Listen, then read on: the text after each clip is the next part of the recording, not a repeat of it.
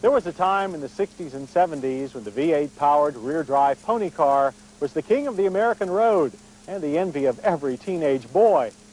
Well, it's the 90s now, and changing public tastes, tighter mileage regulations, and sophisticated Japanese competitors have taken their toll on what was once a proud breed. The Pontiac Firebird is one of the few surviving true pony cars. It's had to fight for its life recently, as bean counters at General Motors have sought to replace the aging rear-drive F-body platform with a more profitable front driver. Fortunately, the enthusiasts have prevailed, and it looks like the Firebird will be with us for years to come. After all, future generations deserve the chance to have a V8 sports coupe that can sprint from 0 to 60 in 6.3 seconds and finish the quarter mile in 14.9 seconds at 94 miles per hour. That's courtesy of Pontiac's top-line Firebird, the Trans Am GTA. It's the most over-the-top pony car in the Pontiac inventory, a distinction that it wears like a badge of honor.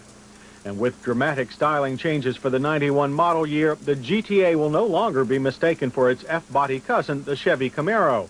A new rounder nose with integral driving lights smooths out the Firebird's lines while retaining the shark-like look that has made it so popular.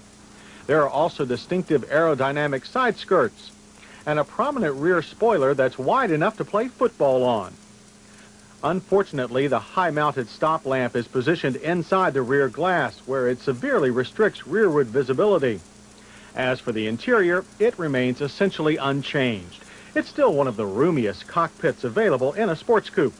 The dash is probably where the Firebird shows its age most.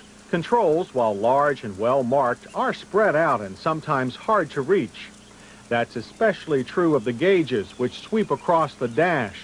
It's quite a comprehensive collection, but several readouts are hidden by the steering wheel rim. The seats are leather-covered buckets, a standard feature in the GTA. They're well padded and supportive, with adjustments for both lumbar and lateral support. As we said before, some controls, like those for ventilation, are hard to reach, but they're also simple to use. Air conditioning is standard equipment on all V8 Firebirds. The compact disc player, however, is optional, but it too is simple and efficient with excellent sound quality. A firm, positive shifter controls the 4-speed automatic transmission. Look in the back and you'll find leather-covered buckets there too, but it's so tight that this space is for children or emergencies only. But the bench-style back folds to increase the car's cargo space, which is as minimal as cargo spaces get. The oddly shaped trunk is of limited use, the price you pay for the rear-drive configuration. Of course, many are willing to forgive that if the rear wheels are connected to a 5.7-liter V8 engine. With 240 horsepower and an asphalt-peeling 340 pound-feet of torque, this version of the small-block Corvette engine is a street racer's delight. Hooked only to an automatic transmission, the GTA can thunder or cruise with equal facility. But thunder is what it does best, and the transmission proves to be up to the task. It snaps crisply through the gears under full acceleration, but more gently under normal driving conditions, a very versatile unit. The GTA's brutal torque is exhilarating, bringing out the adolescent in every driver and making us remember the first time we achieved serious speed in a straight line. Of course, speed counts in the corners too, and the GTA's WS6 suspension package is well suited to controlling this formidable combination of weight and torque when the road turns twisty. There's little front plow, and you can easily sling the tail just by using the throttle. It's tremendous fun, though we don't recommend this kind of power level for less experienced drivers. It could easily get away from them. In more experienced hands, the GTA's combination of power and grip, as well as its excellent power steering, make short work of even high-speed maneuvers. Braking is handled by large vented discs, which haul the Trans Am GTA down from 60 miles per hour at an average distance of only 117 feet.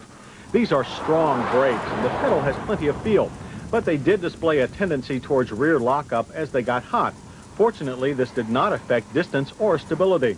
And we would be disappointed if a car as wide and heavy, nearly 3,500 pounds, as this one was unstable, especially one wearing fat, sticky Goodyear Eagle ZR50s on 16-inch alloy wheels.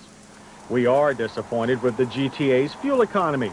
While the EPA estimates it at 16 city, 24 highway, our test car couldn't top 15 miles per gallon on our mixed test loop. A high 71 decibel interior sound level also took some getting used to. But there's not much else to be disappointed in. The GTA's hits start with tremendous power and sharp handling. We also like the aggressive styling, strong brakes, and roomy, comfortable cockpit. Misses are the minimal trunk space, restricted rear visibility, and poor fuel mileage. By comparison, the Chevrolet Corvette L98 is quicker, largely thanks to its sophisticated 6-speed manual gearbox. The Corvette outhandles the GTA, but has less interior room and costs thousands more. The Nissan 300ZX Turbo is also a lot more expensive and even quicker than the Corvette. It's a much more refined car than the GTA, but its handling is much less predictable at higher speeds. In our safety check, the Trans Am GTA passes with a driver's side airbag and rear shoulder belts. It lacks an airbag for the front seat passenger and anti-lock brakes. V8 Firebird prices start under $15,000. But if you want a GTA like ours, the price is $23,475. An additional $676 worth of options brought the final price up to $24,151. That's not cheap, even by today's rather pricey standards. But the Pontiac Trans Am GTA offers a driving experience that's unique in a breed of car that is almost extinct. If you want that, you have to pay the going rate. Fortunately for Pontiac, there are plenty of us who will always want a serious pony car and will be willing to pay whatever it takes to have one.